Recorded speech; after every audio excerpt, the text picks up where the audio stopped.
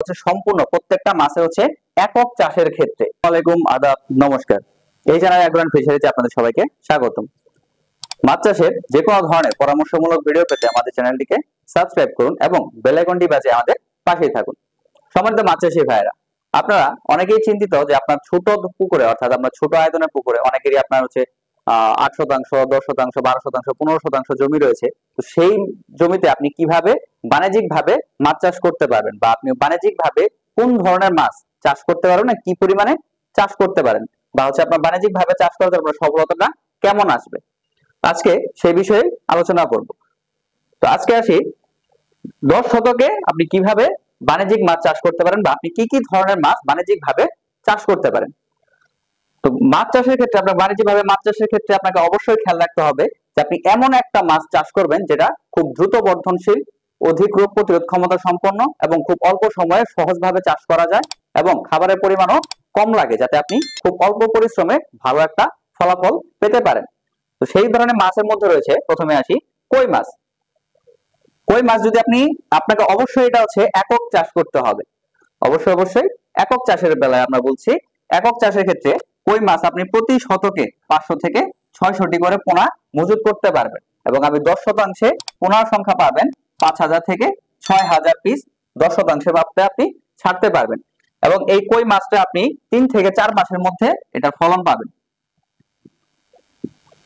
অর্থাৎ 3 থেকে 4 মাসের মধ্যে আপনার কই মাছটা বাজারজাত যোগ্য হয়ে যাবে, অর্থাৎ আপনি বিক্রি করে দিতে পারবেন। এই অল্প সময়ের মধ্যে আপনি কই মাছ চাষ করে ভালো একটা ফলাফল পাবেন। এরপরে আসি শিং মাছের একক চাষে নিয়ে। শিং মাছ আপনি কি পরিমাণ চাষ করতে পারেন?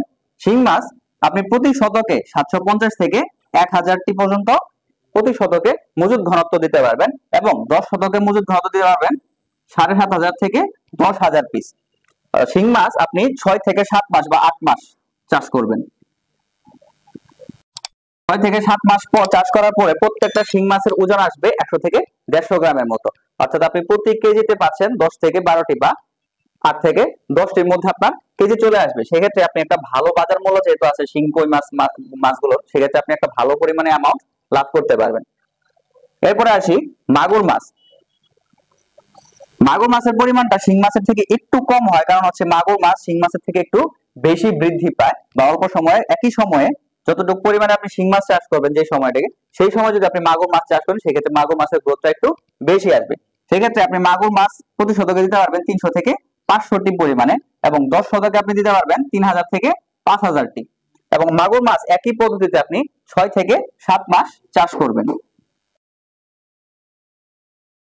থেকে 7 মাস চাষ করার পর যদি আপনি ভালোভাবে মাগুর মাছকে রক্ষণাবেক্ষণ করে এবং চাষ ব্যবস্থা করা বা খাদ্য ব্যবস্থা করা যদি ভালো থাকে, সেক্ষেত্রে মাগুর মাছের ওজন আসবে 150 থেকে 200 গ্রাম প্রতি পিস মাগুরের ওজন। অর্থাৎ আপনি 5 থেকে 7টি মাছে 1 কেজি ওজন চলে আসবে। এরপরে আসি ট্যাংরা মাছ।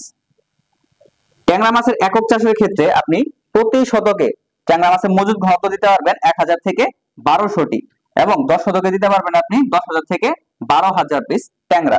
এই ট্যাংরা মাছ চাষ করবেন আপনি 6 মাস।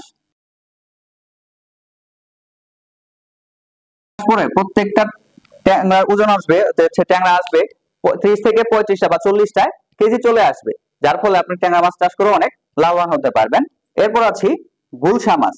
ট্যাংরা আর গুলশা মাছের চাষ ব্যবস্থাপনা এবং পদ্ধতি একই, অর্থাৎ একই ধরনের হয়ে থাকে, এবং এই ক্ষেত্রে আপনি প্রতি শতকে 1000 থেকে 1200টি মাছ দিতে পারবেন, এবং 10 শতকে 10000 থেকে 12000 পোনা দিতে পারবেন, এবং একইভাবে ট্যাংরা মাছের মতো এটাকেও আপনি চাষ করবেন।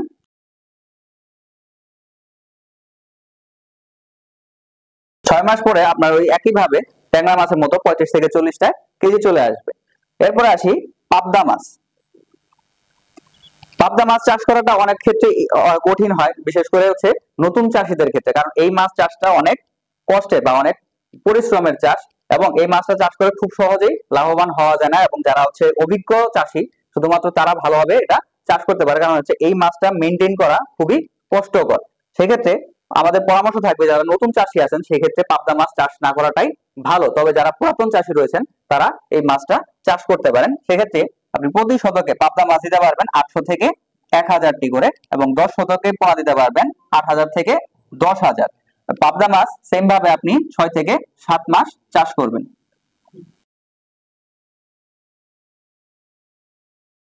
এরপরে আসি শোল মাছ। শোল মাছ বাংলাদেশে অত্যন্ত জনপ্রিয় একটি মাছ এবং খুব সুস্বাদু, মানুষ খেতেও পছন্দ করে। তো এই মাছ চাষ করার ক্ষেত্রে, এই মাছ হচ্ছে সবচেয়ে নিচু স্তরের মাছ এবং কাদার মধ্যে থাকে। এই মাছ চাষ করতে গেলে আপনি প্রতি শতকে মজুদ ঘনত্ব দিতে পারবেন 500 থেকে 1000টি। এবং এক্ষেত্রে আপনাকে অবশ্যই খেয়াল রাখতে হবে যে আপনি কোন ধরনের শোল মাছটা চাষে দিচ্ছেন। অর্থাৎ দেশি শোল মাছ যদি আপনি চাষে দেন সেক্ষেত্রে আপনার পরিমাণটা কমে দিতে হবে এবং আপনি সেই ক্ষেত্রে আপনার খাবারের প্রয়োজন পড়বে না, আপনার লাভটা একটু কম আসবে। যদি আপনি বাইরে থেকে অর্থাৎ ভিয়েতনামি বা বাইরের যে শোল মাছগুলো পাওয়া যায় অর্থাৎ উন্নত প্রজাতির, সেই শোল মাছগুলো চাষ করতে পারলে আপনার জন্য লাভবান বেশি হবে। এই শোল মাছ আপনি 5 থেকে 6 মাসে প্রত্যেকটা শোল মাছের ওজন 200 গ্রাম করে পেতে পারেন। যদি আপনার চাষ ব্যবস্থাপনা ভালো থাকে তাহলে আপনি 5 থেকে 6 মাসের মধ্যে প্রত্যেকটা শোল মাছের ওজন পাবেন প্রায় 200 গ্রাম করে। এই হচ্ছে আপনাদের মোটামুটি চাষ ব্যবস্থা। এবং এক্ষেত্রে আপনাকে অবশ্যই খেয়াল রাখতে হবে, এখানে যে আমরা বলছি এটা হচ্ছে সম্পূর্ণ প্রত্যেকটা মাছে হচ্ছে একক চাষের ক্ষেত্রে, কোথাও মিশ্র চাষ কিন্তু না। অর্থাৎ মিশ্র চাষে কিন্তু এত ঘনত্ব কোনো দিনই বা কোনোভাবেই দেওয়া যাবে না। তো একক চাষের ক্ষেত্রে প্রত্যেকটার জন্য এই পরিমাণ ঘনত্ব আপনি দিতে পারবেন।